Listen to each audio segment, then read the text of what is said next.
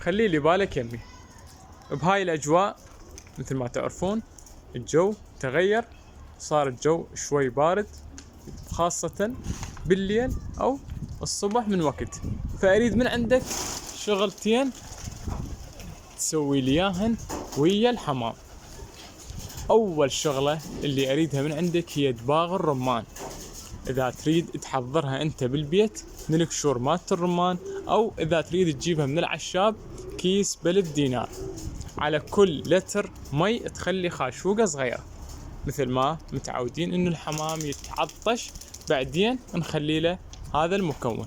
الشغلة الثانية اللي هو فلاجين بشري مال أطفال أبو 125. على كل 5 لترات مي تخلي لي قبقين صغار، حتى تتخلص من الإسهالات اللي جاي يصير عندك بهاي الفترة.